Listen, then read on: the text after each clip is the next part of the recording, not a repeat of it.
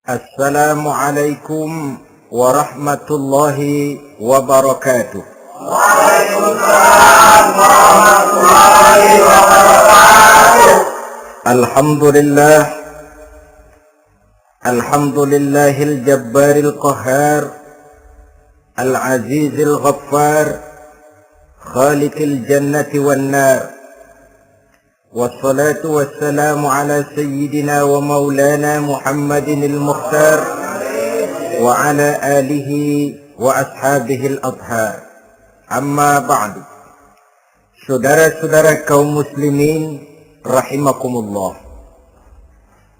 Pada pertemuan kali ini kita akan membicarakan tentang neraka dan calon-calon penghuninya.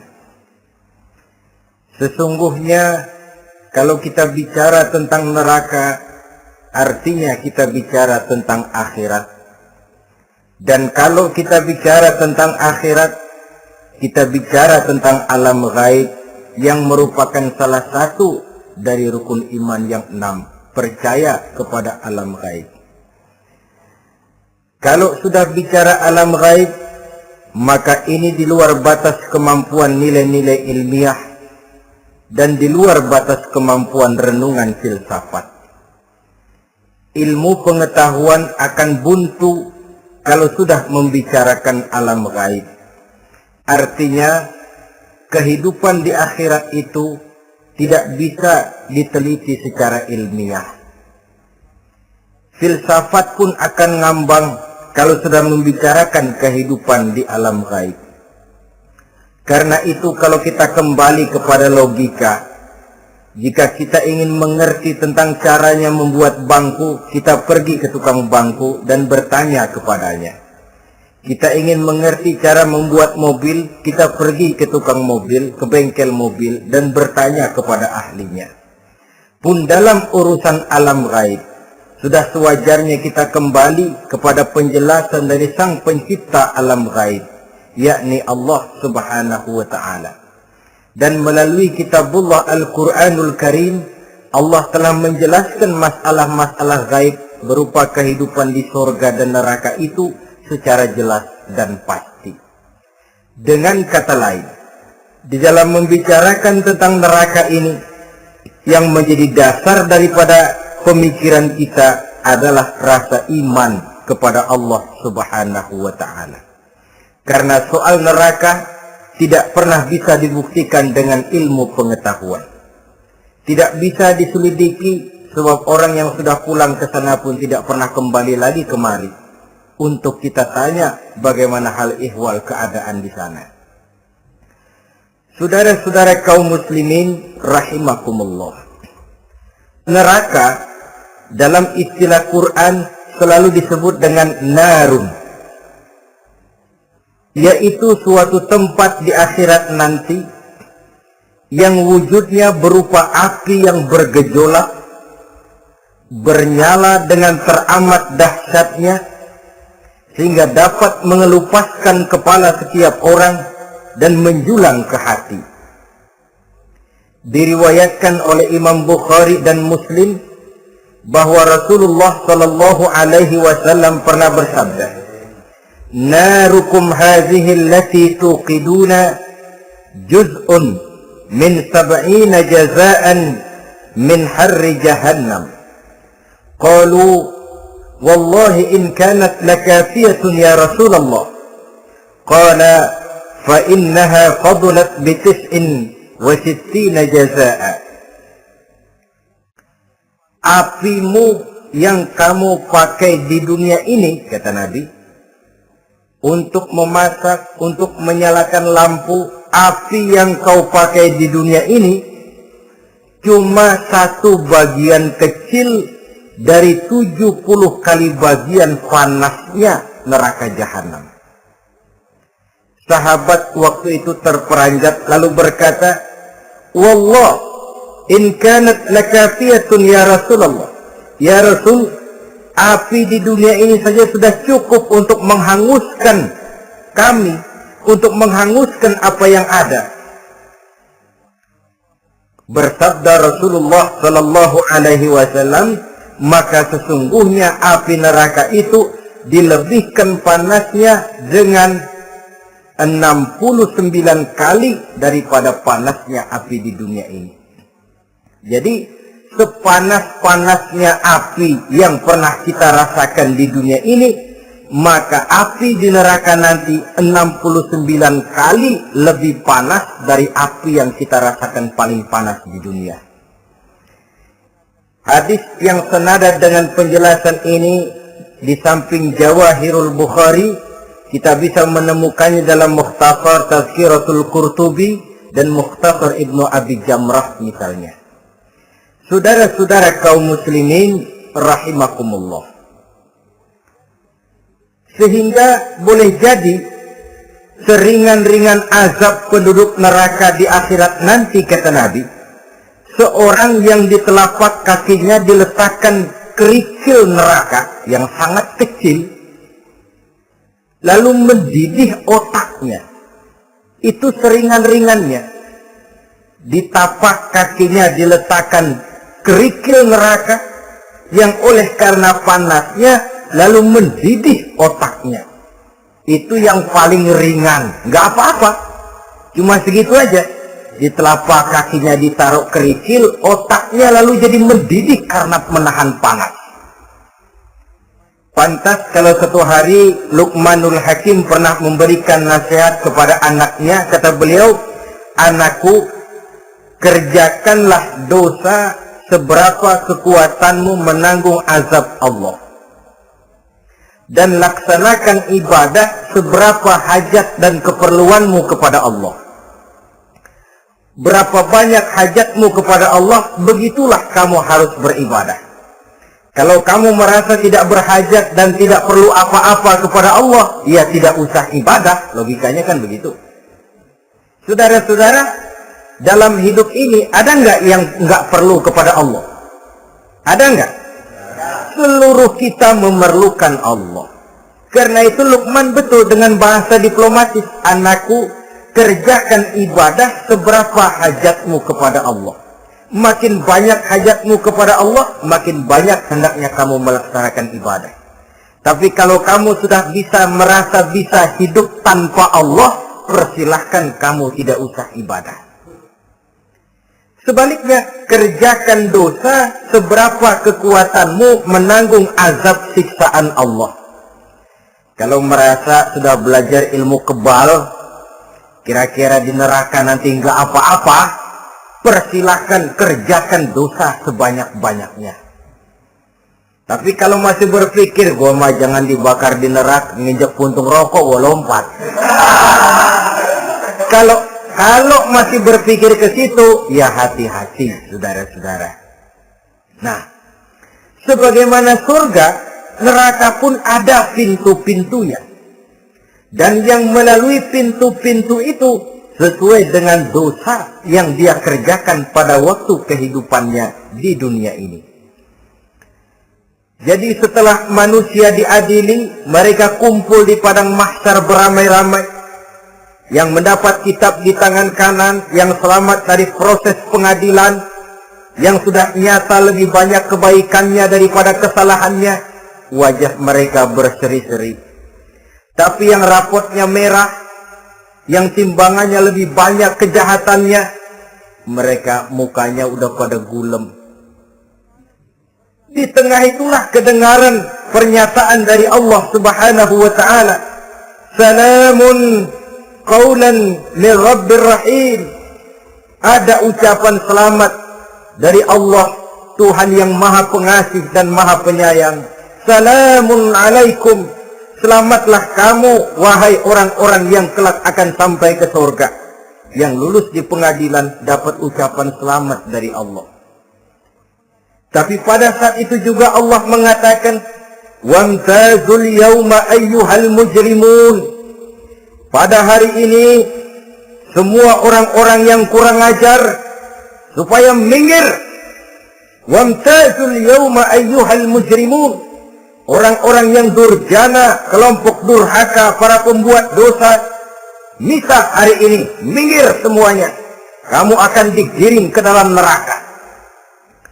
Saudara-saudara kaum muslimin rahimakumullah. Baik mereka yang akan menuju surga, baik mereka yang akan masuk ke dalam neraka, sama melintasi satu jembatan yang melintang di atas neraka. Dalam surah Maryam ayat 71 dan 72, walaupun jembatan itu tidak digambarkan secara jelas, tapi kita temukan penjelasan Allah sebagai berikut. Wa inna minkum illa wariduha kana ala rabbika hatman maqdiyya thumma nunajjil ladzina taqaw wa nadharu adh-dhalimina fiha jasiyya. Saudara-saudara, dan tidak ada setiap orang pun kecuali mereka akan melalui api neraka itu. Adapun orang-orang yang bertakwa, mereka diselamatkan oleh Allah. Sedangkan orang-orang yang zalim, mereka terlempar ke dalam jurang neraka. Nah, itu yang dinamakan dengan sirat. Ada memang riwayat menjelaskan bahwa sirat itu kecilnya seperti rambut dibelah 7, tajamnya lebih tajam dari mata pedang. Tapi dalam banyak hal, orang lewat di atas sirat itu bergantung kepada amalannya waktu dia hidup di dunia ini. Maka jangan heran ada orang yang lewat di atas sirat itu seperti kilat, lep sudah sampai di surga. Ada yang lewat di atas sirat itu seperti orang terbang. Ada yang lewat di atas sirat itu seperti orang lari. Ada yang seperti jalannya unta. Ada yang merangkak, ada yang gelantungan, ada yang sudah hampir sampai ke tepian sana untuk masuk ke dalam surga, terpeleset nyemplung juga ke dalam neraka. Sesuai dengan amalan pada waktu mereka hidup di kehidupan dunia yang sekarang ini. Saudara-saudara kaum muslimin rahimakumullah. Apabila orang terperosok lalu masuk ke dalam neraka, bagaimanakah ihwal keadaan di neraka? Panasnya sudah kita jelaskan tadi. 70 kali lipat dari sepanas-panasnya api di dunia ini. Lalu orang-orang yang masuk ke dalam neraka, mereka juga mendapat pakaian, makanan, minuman, perhiasan. Tapi makanannya, minumannya, perhiasannya lain dengan orang-orang yang sampai di surga. Mereka juga diberikan buah-buahan, sebab di neraka juga ada pohon. Namanya pohon zakum. Buahnya duri dari api. Dan itu yang akan jadi lalap makanannya orang-orang neraka. Di dalam surah As-Saffat ayat 64-65 Allah Subhanahu wa taala menjelaskan, innaha sajaratun takhruju fi aslil jahim tal'uha ka'annahu ru'usus sayatin. Sesungguhnya pohon zakum itu adalah satu pohon yang akarnya keluar dari dasar neraka, yang buahnya seperti kepala setan. Ini sudah untuk bahasa yang sangat menyeramkan ini. Pohon itu tumbuh dari dasar neraka, buahnya mirip kepala setan. Itu akan dijadikan makanannya orang-orang yang ada di dalam neraka. Perhiasannya apa? Surah Al-Insan ayat 4. Inna a'tadna lil kafirina salasilan wa aghlalan wa sa'ira. Sesungguhnya kami sediakan bagi orang-orang kafir itu di dalam neraka segala macam rantai, cambuk-cambuk dan belenggu-belenggu neraka, terbuat dari api neraka, siap untuk merantai, membelenggu dan mencambuk mereka. Jadi dikasih perhiasan, lehernya dikalungin rantai, tangannya dipakein belenggu, ada cambuk-cambuk yang seluruhnya terbuat dari api neraka. Begitu mereka sampai ke pintu neraka yang namanya malaikat Zabaniyah, penjaga neraka, udah bukan main gemesnya dah. Ya, nyambutnya nggak ada ramahnya. Lain sama malaikat Ridwan, penjaga surga. Ramah, murah senyum.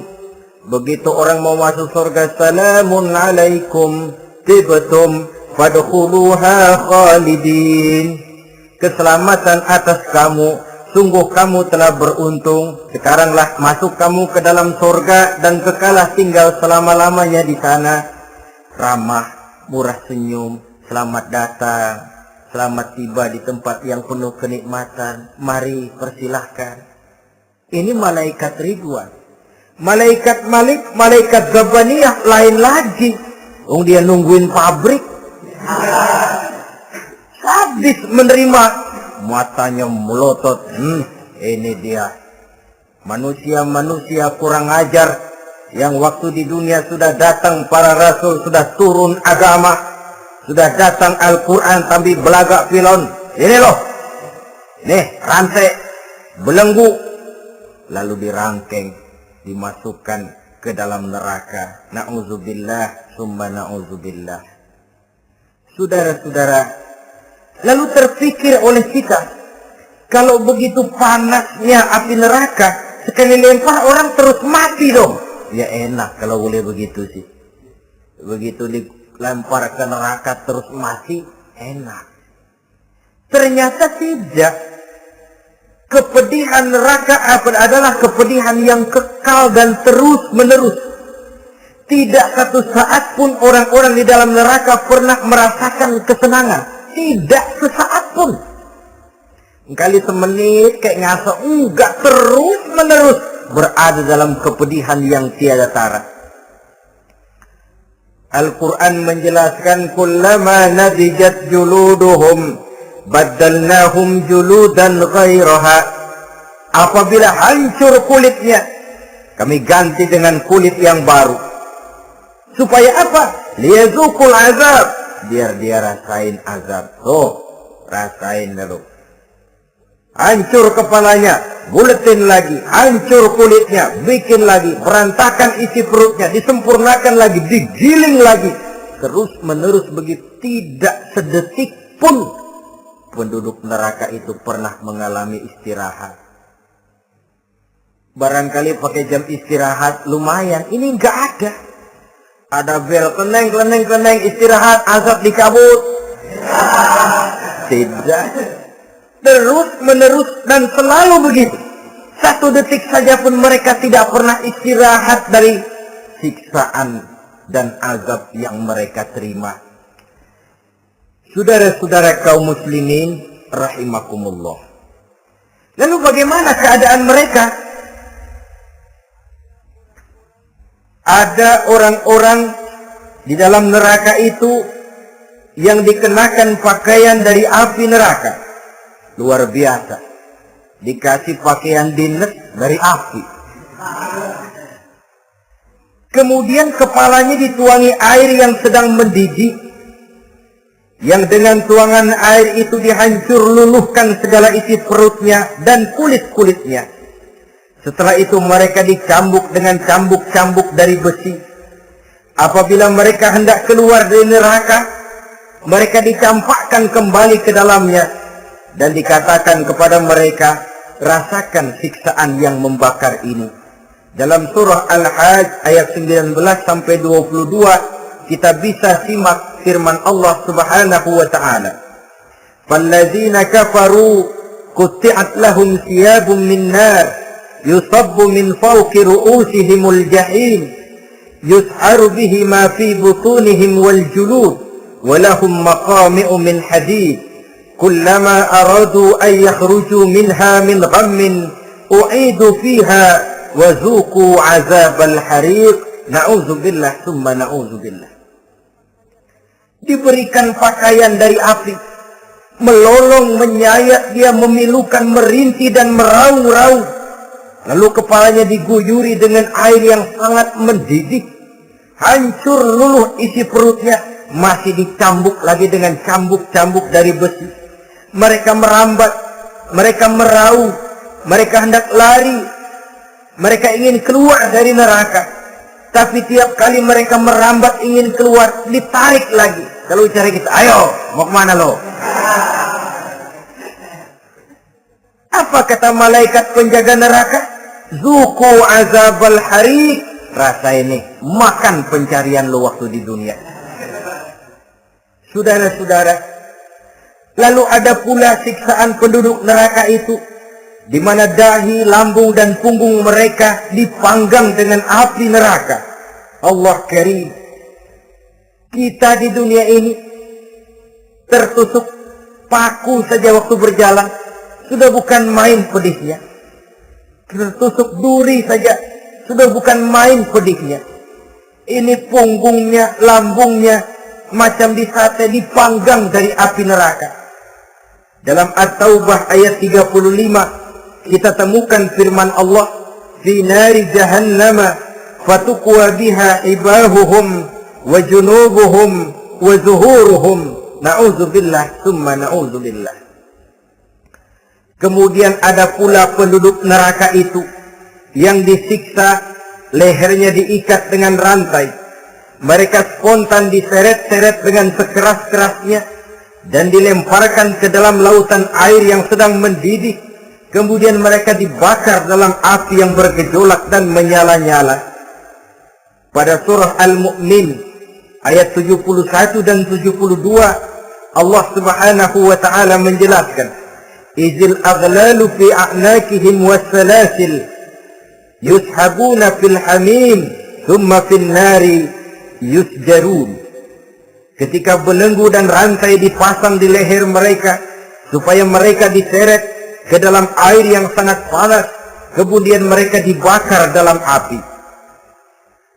Ada lagi penduduk neraka yang dipegang jambulnya lalu diseret ke tengah-tengah neraka, kemudian kepalanya digerujugi dengan air yang mendidih seperti yang dijelaskan dalam surah Ad-Dukhan ayat 47 dan 49. Pendeknya, azab dan siksaan neraka itu sesuailah dengan amalan dosa yang dikerjakan manusia pada waktu kehidupan di dunia ini. Maka dalam puncak perjalanan Mi'raj misalnya, kepada Rasulullah sallallahu alaihi wasallam diberikan berbagai macam penglihatan sebagai contoh dan tamsil dari kehidupan di dunia ini. Sejak dari penglihatan di jalan sampai kepada penglihatan surga dengan segala kenikmatannya dan neraka dengan seluruh azabnya, seluruhnya merupakan contoh teladan. Misalnya dalam perjalanan ketika hendak Mi'raj itu, sebelum berangkat Rasul disodorkan 2 minuman. Segelas berisi arak, segelas lagi berisi susu. Kata malaikat Jibril, ambillah salah satu minuman itu ya Muhammad. Lalu Rasul dengan tidak ragu-ragu, mantap betul beliau mengambil gelas yang berisi susu, lalu beliau minum.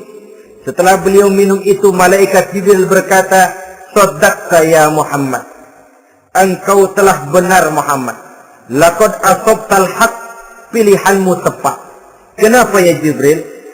Untung susu yang kamu minum Muhammad. Kalau arak yang kamu ambil, pasti umatmu bakal jadi umat yang teler semua.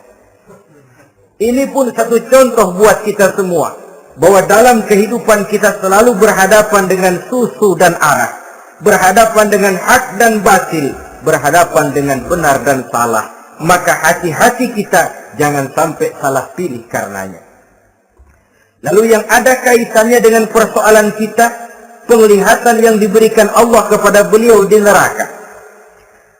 Beliau melihat sekelompok orang dilontari kepalanya dengan batu dari api neraka.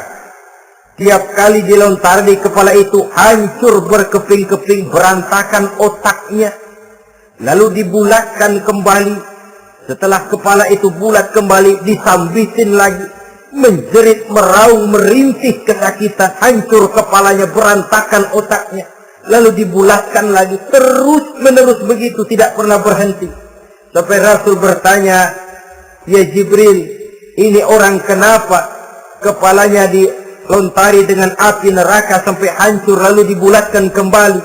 Kata malaikat Jibril, "Ya Muhammad, itulah contoh daripada umatmu yang berat untuk sujud kepada Allah Tuhannya. Itulah contoh dari umatmu yang waktu hidup di dunianya tidak pernah mendirikan sholat sama sekali. Sombong yang paling sombong adalah sombong kepada Allah. Artinya tidak mau sujud kepada Sang Maha Penciptanya. Jadi barangkali saudara punya cita-cita atau keinginan, saya mau yang ini saja, persilahkan, nggak usah sembahyang. Lalu ada lagi sekelompok kaum, perutnya besar, sebesar rumah, dililit dengan kala dan ular dari api neraka, diseret-seret dia di jurang neraka, dipatoki ular, hancur perutnya, dibulatkan lagi perut itu, diseret kembali, hancur lagi, dibulatkan lagi, terus menerus seperti itu. Kata Nabi Jibril, ini apa lagi? Kata malaikat Jibril, wahai Muhammad, inilah contoh daripada umatmu yang waktu di dunia suka makan riba alias renten dan suka makan harta anak yatim, suka ngobyekin anak yatim, sok jadi pengasuh anak yatimnya lapar, pengasuhnya yang pada kenyang. Saudara hadirin yang saya muliakan, orang yang makan riba alias renten, orang yang makan harta anak yatim, begitu gambaran yang diperlihatkan kepada baginda Rasulullah Sallallahu Alaihi Wasallam. Sebagian lagi ada penduduk neraka yang kukunya terbuat dari tembaga dari api neraka, panjang sangat kukunya itu, lalu mencakar-cakar mukanya sendiri, hancur mukanya berantakan, dicakari oleh kukunya itu, lalu dibulatkan lagi, dicakar lagi, hancur lagi, dibulatkan lagi. Pengangguran benar ya orang. Muka sendiri, dicakarin sendiri. Ya Jibril, ini tamsil apa Jibril? Ya Muhammad, itulah contoh dari umatmu yang pada waktu di dunianya nggak pernah rukun sama sesama saudaranya muslim. Suka nyari aib orang lain, suka ngejelekin orang lain, padahal orang lain itu saudaranya seakidah. Kan sama dengan nyakar muka sendiri namanya. Menepuk air di dulang, terpercik muka sendiri. Kejelekan saudaranya dikorek-korek, aib saudaranya diobral di pasar umum. Orang macam itu nanti tangannya akan tumbuh kuku panjang dari tembaga yang akan mencakar dan mengoyak-ngoyak mukanya sendiri. Itu kita bisa lihat nanti. Oh, ini yang waktu di dunia suka ngorek-ngorek kesalahan orang tuh lagi pada nyakarin mukanya. Oh, begitu. Saudara-saudara kaum muslimin rahimakumullah. Oleh karena itu Nabi ajarkan kita, tuba liman saghalahu aibuhu an uyubin nas. Beruntung orang yang aib dan kekurangan pada dirinya menyebabkan dia sibuk sampai nggak sempat ngorek-ngorek aib dan kekurangan orang lain. Introspeksi. Beruntung orang yang celak dirinya menyebabkan dia sibuk dan tidak sempat ngorek-ngorek aib pada diri orang lain. Ada pula di antaranya dilihat oleh Rasul, di antara penduduk neraka itu orang yang lidahnya terjulur memanjang, kemudian dipotong lidah itu dengan gunting dari api neraka, menjerit dan memekik ia menahan sakit yang tiada tara, sampai Rasul bertanya kepada malaikat Jibril, kalau ini tamsil apa lagi ya Jibril? Kata malaikat Jibril, wahai Muhammad, inilah contoh dari umatmu, orang-orang yang waktu di dunia tidak pandai menjaga lidahnya, suka menggunjing orang, suka memfitnah orang, suka ghibah dan namimah, suka ngomongin orang di belakang yang bersangkutan. Maka hari ini lidahnya menjulur menjadi panjang dan dipotong dengan gunting dari api neraka. Lalu Rasul juga melihat sekelompok orang perempuan tergantung rambutnya dari gantungan api neraka, kemudian dipanggang dari duburnya sampai ke atas kepalanya dengan tombak dari api neraka, meraung dan merintih serta mengeluarkan nanah dari kemaluannya. Rasul bertanya, ini apa lagi ya Jibril? Kata malaikat Jibril, inilah perempuan yang waktu di dunia tidak pandai menjaga kehormatan dirinya, ahli zina dan tukang umbar. Saudara-saudara kaum muslimin rahimakumullah, banyak lagi tamsil-tamsil yang dicontohkan dalam puncak perjalanan Mi'raj yang seluruhnya merupakan peringatan bagi kita umat Rasulullah sallallahu alaihi wasallam. Nah, kemudian sekarang marilah kita bicarakan neraka itu satu demi satu. Yang pertama, dan ini yang paling dikenal orang, neraka Jahannam atau naru Jahannam. Siapa yang dijelaskan Allah akan menjadi penghuni neraka Jahannam ini? Pertama dalam surah Al-Ankabut ayat 68. Wa man azlamu mimman iftara 'ala Allahi kadziban aw kadzdzaba bil haqqi lamma ja'ahu alaysa fi jahannam maswal lil kafirin. Adapun orang-orang yang zalim kepada Allah, mendustakan ayat-ayat Allah dan mendustakan kebenaran setelah datang kebenaran itu, bukankah neraka Jahannam merupakan tempat kembali bagi orang-orang kafir? Jadi dalam Al-Ankabut ayat 68 ini dijelaskan penduduk neraka Jahannam itu pertama adalah orang-orang kafir. Siapa orang kafir? Menurut keyakinan akidah kita, setiap orang di luar Islam adalah kafir. Kemudian yang kedua dalam surah Al-Hijr ayat 42 dan 43, penduduk neraka Jahannam itu, inna ibadi laisa laka alaihim sultanun illa man ittaba'aka minal ghawin wa inna jahannama la maw'iduhum ajma'in. Sesungguhnya hamba-hambaku tidak akan bisa kamu kuasai, hai iblis, kecuali mereka yang mengikuti tipu dayamu. Sesungguhnya neraka Jahannamlah tempat mereka seluruhnya. Kalau kita perhatikan ayat ini, maka penghuni neraka Jahannam yang kedua adalah para pengikut setan. Para pengikut setan dengan seluruh ajaran-ajaran yang dilancarkan oleh setan. Padahal pada saat hendak masuk neraka, setan jelas cuci tangan. Tugasnya cuma bagaimana mencari pengikut sebanyak-banyaknya yang akan nemenin dia di neraka nanti. Tapi pada saat orang digiring ke dalam neraka, setan cuci tangan. Mungkin orang menuntut, hei setan, gue ngikutin lu, sekarang kenapa jadi kemari? Nah, gue bilang juga apa? Kata setan, gue bilang juga apa, lu kenapa ngikutin? Dan setan ini menebar ranjau dalam segala bentuknya, dengan segala macam caranya. Para pengikut setan yang menjauhi tuntunan agama, memperturutkan hawa nafsunya. Setan membisiki manusia lewat minuman keras. Setan masuk manusia lewat judi, lewat zina, lewat kenikmatan yang melalaikan orang dari kehidupan akhirat dan selanjutnya, dengan segala macam jalan. Kadang-kadang dalam ibadah setan juga masuk. Kalau tidak ditimbulkannya takabur, ditimbulkannya sikap ujub dalam diri kita. Timbul rasa diri lebih benar dari orang lain. Dan ini jelek. Timbul rasa nganggap enteng orang lain. Itu kan ujub. Nggak dikelihatannya orang, cuma hatinya aja ngomong sendirian. Kalau gue lihat di kampung ini nggak ada yang kayak gue. Bayangnya kayak ibadahnya kayak udah aing pang paling nak ya gitu.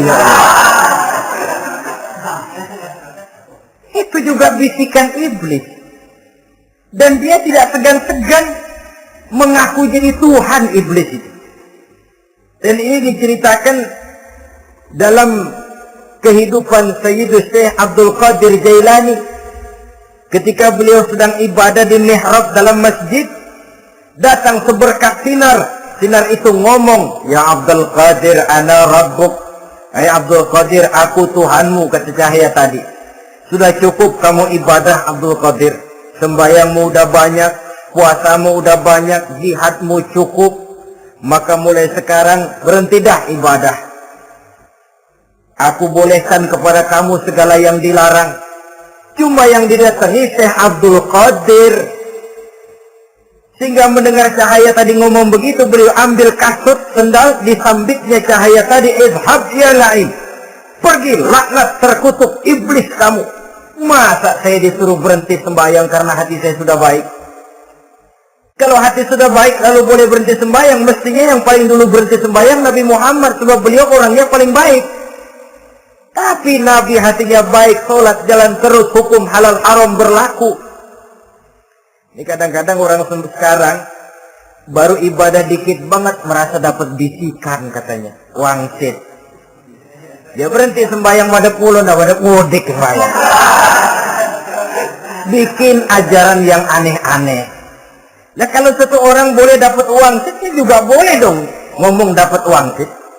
Saya juga boleh dong mendirikan aliran kepercayaan. Saya ngilang dulu dari kampung saya kira-kira 3 tahun. Saya nyepi di kaki Gunung Salak, pulang piara jenggot, pakai belangkon. Di depan nama saya pakai embel-embel mbah. Saya ngaku dapat wangsit di Gunung Ano, mewahyukan kepada saya ano. Saya cari murid yang fanatik. Saudara-saudara kaum muslimin rahimakumullah. Setan membisiki manusia hatta kita sedang ibadah sekalipun dibisikin.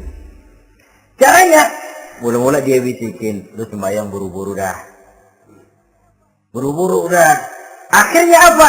Rukuk kita nggak sempurna, sujud kita nggak lengkap, tumakninah kita kurang, bacaan kita tajwidnya nggak kena. Kalau itu bisa kita atasin, kita sembahyang sebagaimana yang seharusnya, dia bisikin lewat jalan lain lagi. Suruhnya yang pendek-pendek aja dah. Atau habis sembahyang udah sigrah, udah jangan pakai wirid, jangan pakai zikir. Dengan segala macam jalan. Dibisikinya was-was ke dalam diri kita. Hingga ada satu riwayat walaupun dhaif tapi ini baik untuk dijadikan pelajaran. Konon iblis itu kalau subuh keliling dia. Bawa kulit kambing, jarum sama tepung.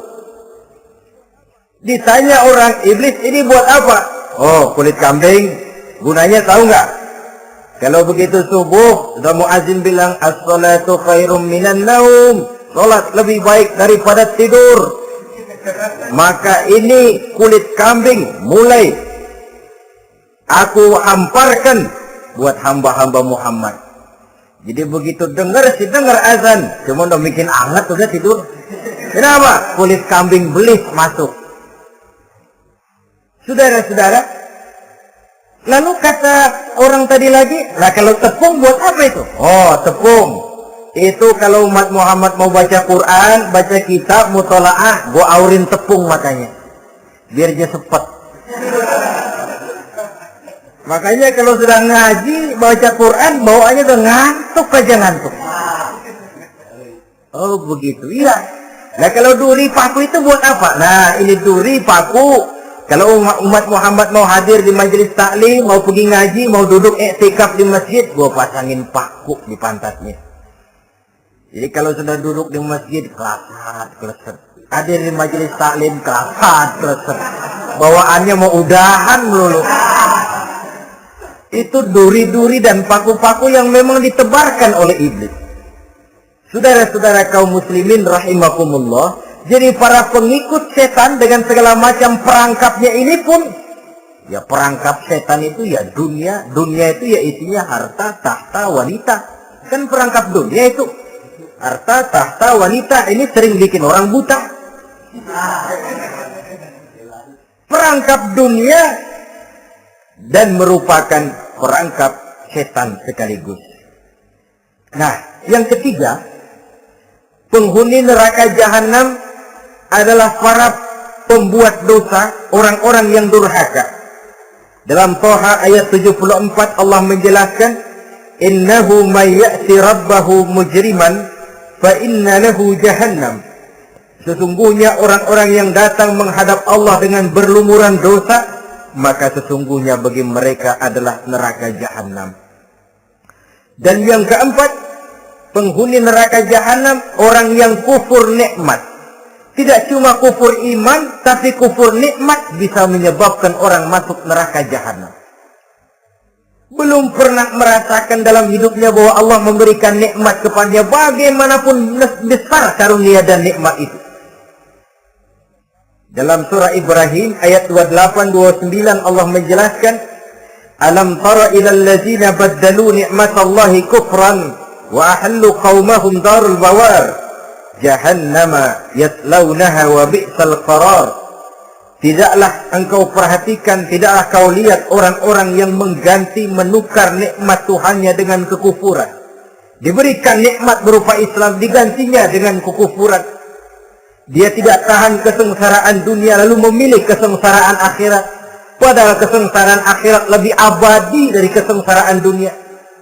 Ada orang yang gak tahan miskin dunia, lalu menjatuhkan pilihan lebih memilih miskin akhirat. Ya Allah, keliru besar. Karena nggak tahan hidup miskin di dunia, ada yang nawarin ngasih supermi 3 bungkus, iman helap. Ada yang ngasih beras, pindah agama. Ada yang bawain pakaian bekas, tukar akidah, pindah iman. Innalillah. Ditukar kemiskinan dunia dengan kemiskinan akhirat. Padahal kemiskinan dunia berapa tahun? Setahun umur manusia. Sepanjang-panjang umur orang sekarang kan. 100 tahun udah jarang umur orang sekarang. 70 aja udah cakep tuh. Sebenarnya kalau 70 tuh ada jatah lebih tuh, 7 tahun. Terus kalau ikut Nabi 63 tahun kan. Nabi wafat. Kalau kita sudah umur 70 tuh ada jatah ekstra 7 tahun. Oh ya, dimanfaatkan baik-baik mestinya. Taruhlah kemiskinan dunia, bagaimanapun melaratnya dunia, bagaimanapun sengsaranya dunia, cuma sebatas umur kita. Tapi kalau nikmat Islam ini harus kita tukar dengan yang lain. Baddalu ni'matallahi kufran. Menukar, mengganti nikmat yang diberikan Allah dengan kekufuran. Artinya kita menukar kemiskinan sementara dan kita memilih kesengsaraan dan kemiskinan abadi. Di akhirat kita miskin, di neraka kita miskin, miskin abadi. Di neraka kita sengsara, sengsara abadi. Saudara-saudara kaum muslimin rahimakumullah. Itu neraka jahanam. Yang kedua dinamakan neraka jahim. Siapa mereka ini para penghuninya? Siapa mereka ini para penghuninya?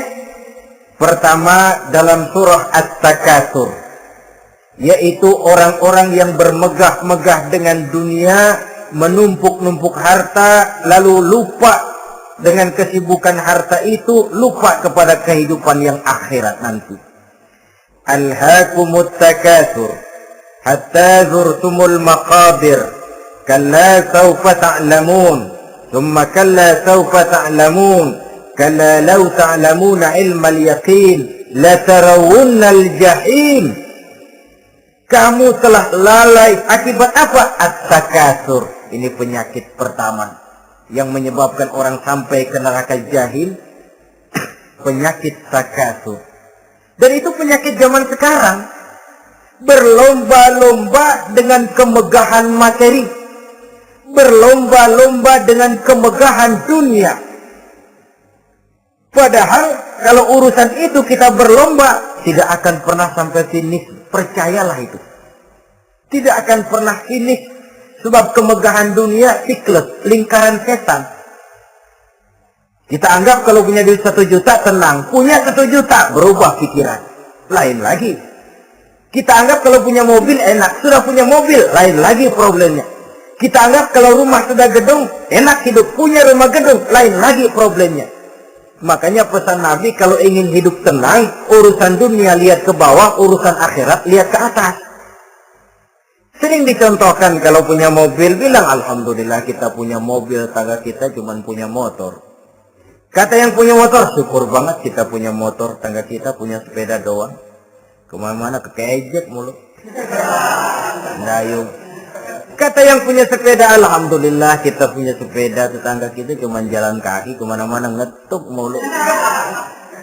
Kata yang jalan kaki, alhamdulillah masih bisa jalan. Tangga kita sebelah lumpuh bertahun-tahun nggak kemana-mana. Kata yang lumpuh, alhamdulillah masih hidup. Tangga kita kemarin mati nggak balik lagi. Itu dalam urusan dunia, sehingga sifat takasur ini hilang. Tapi urusan akhirat, lihat ke atas. Kalau dia begitu sibuknya bisa jaga sholat, kenapa saya tidak? Kalau dia hidupnya sederhana, rajin sedekah, kenapa saya yang lebih kok enggak sanggup? Kalau dia bisa baca Quran, kenapa saya enggak? Lalu timbul gairah ingin mencontoh. Mencontoh orang dalam urusan ibadah menimbulkan ketenangan jiwa. Dan itu ada garis finishnya. Tapi kalau yang lumpuh lihat yang bisa jalan, lihat yang naik sepeda, yang sepeda naik punya lihat motor, sudah punya motor lihat mobil, lihat pesawat terbang, lihat kereta api. Kapanlah awaknya mau bersyukur? Yang ada kurang saja, padahal nikmat itu tidak pernah berhenti. Bukan dilarang orang kaya, tetapi perlombaan memperkaya diri itu yang dilarang. Karena kalau sudah perlombaan namanya jor-joran sifatnya. Prinsipnya tujuan menghalalkan cara ini yang dijaga oleh agama. Saudara-saudara, selain penyakit takasur yang menyebabkan orang sampai ke neraka jahim, juga perbuatan durjana. Dalam Al-Infitor ayat 13-14, innal abrara lafi na'im wa innal fujjara lafi jahim. Orang-orang yang berbakti, berbuat kebajikan, mereka akan mendapatkan neraka surga naim. Tetapi orang-orang yang fujar, durjana, kurang ajar, durhaka, lafi jahim, mereka akan mendapatkan neraka jahim. Lalu siapa lagi penghuni jahim itu? Orang-orang yang menentang dan menantang ayat-ayat Allah. Wallazina sa'au fi ayatina mu'ajizin ulaika ashabul jahim.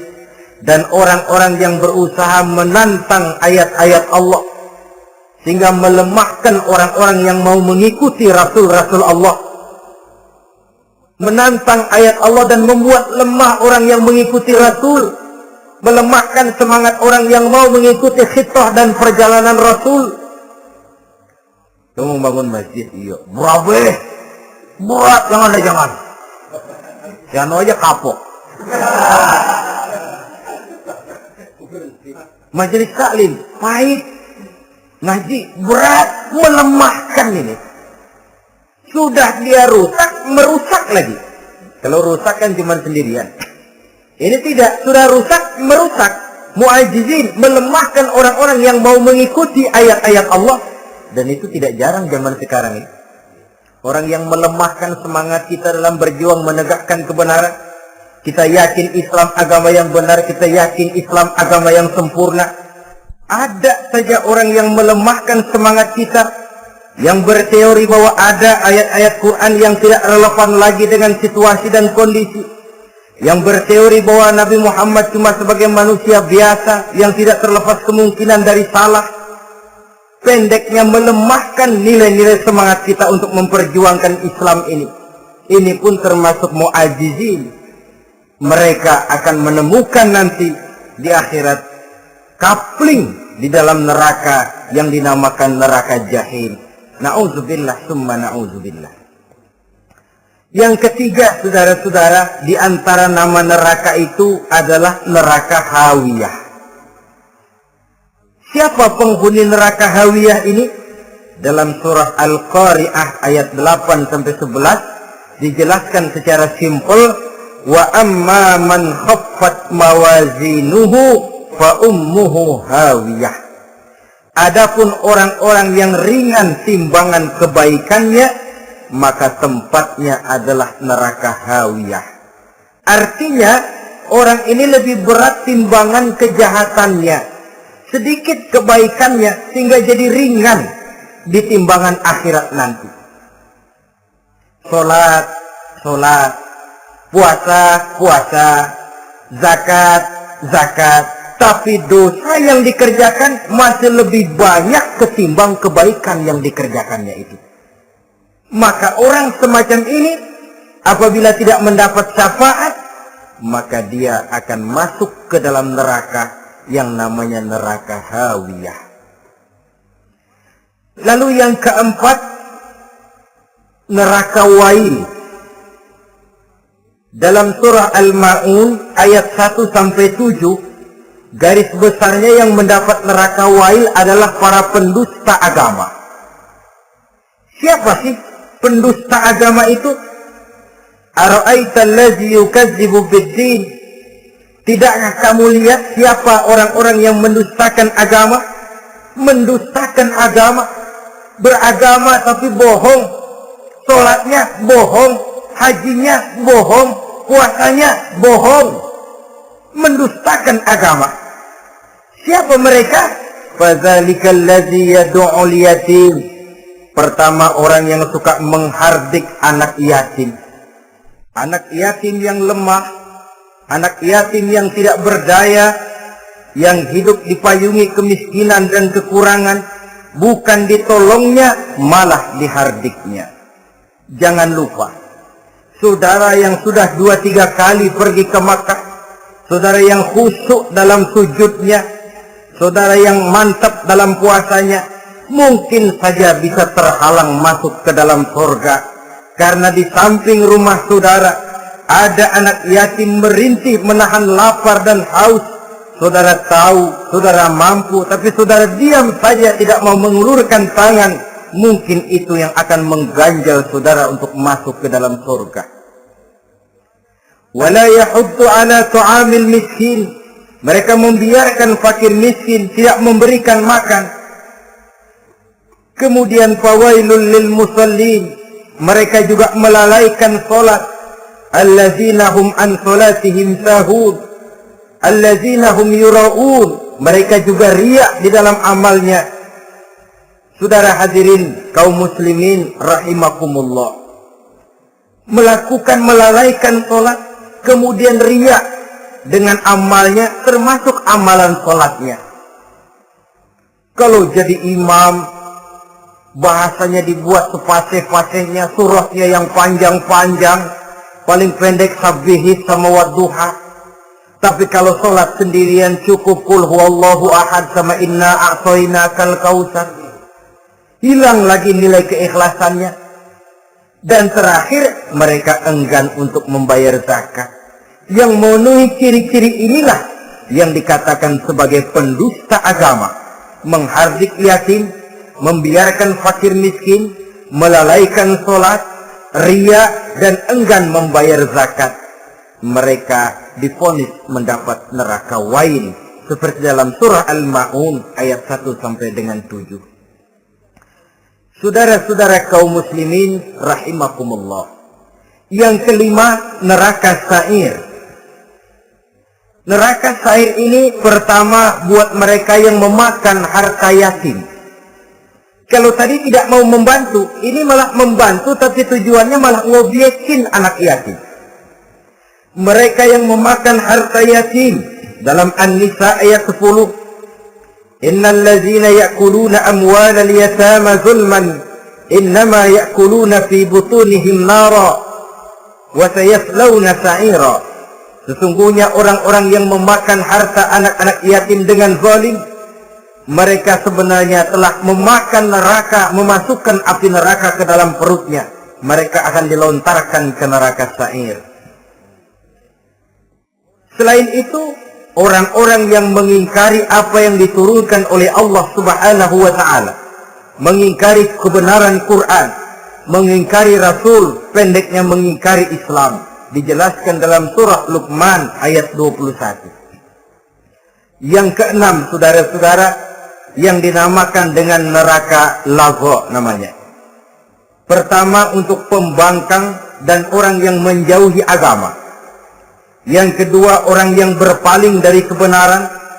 Dan yang ketiga, orang yang suka menumpuk-numpuk harta dan menyimpannya, tidak mau membayar zakat, infak, apalagi sedekah. Ini kita temukan penjelasannya dalam surah Al-Ma'arij ayat 15 dan 17. Yang ketujuh dinamakan neraka Sakor. Siapa penghuni neraka Sakor ini? Pertama, orang yang tidak pernah sholat.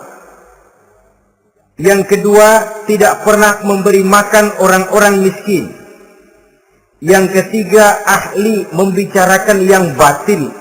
Strategis betul dia, ulung kalau sudah mengatur kebatilan. Kemudian yang keempat, orang yang mendustakan hari akhir. Dalam surah Al-Muddathir ayat 42 sampai 47, kepada penduduk neraka Saqar ditanya, "Ma salakakum fis saqar?" Apa yang menyebabkan kamu masuk ke dalam neraka Saqar?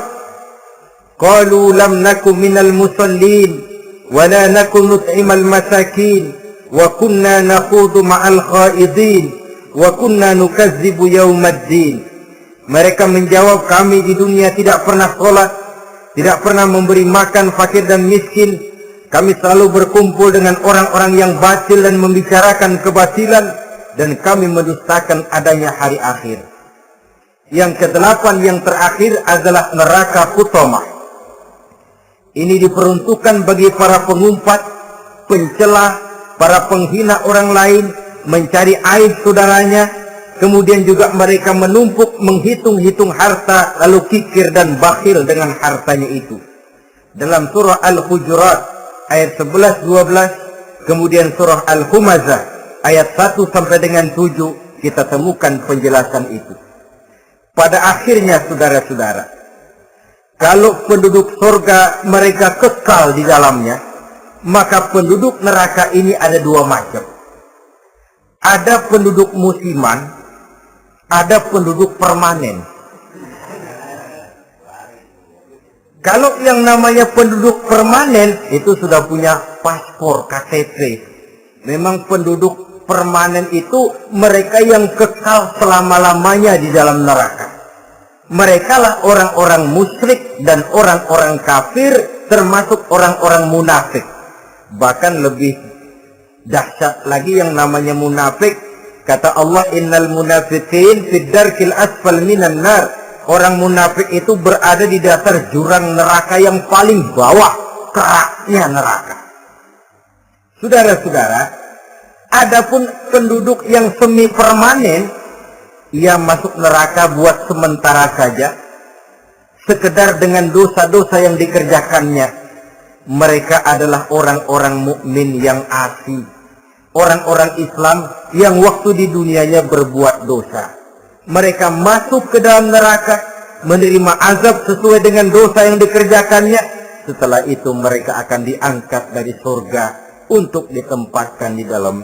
Mereka akan diangkat dari neraka untuk ditempatkan di dalam surganya Allah Subhanahu wa ta'ala. Seperti banyak dijelaskan dalam hadis-hadis sahih yang diriwayatkan oleh Imam Bukhari dan Muslim. Nah, inilah sekelumit tentang neraka dan calon-calon penghuninya. Mudah-mudahan Allah jauhkan kita, Allah jauhkan anak cucu kita, Allah jauhkan seluruh keluarga kita dari neraka dan dari azab neraka. Terima kasih dan mohon maaf. Wassalamualaikum warahmatullahi wabarakatuh. Waalaikumsalam warahmatullahi wabarakatuh. Calon-calon penghuninya, mudah-mudahan Allah jauhkan kita, Allah jauhkan anak cucu kita, Allah jauhkan seluruh keluarga kita dari neraka dan dari azab neraka. Terima kasih dan mohon maaf. Wassalamualaikum warahmatullahi wabarakatuh. Waalaikumsalam warahmatullahi wabarakatuh.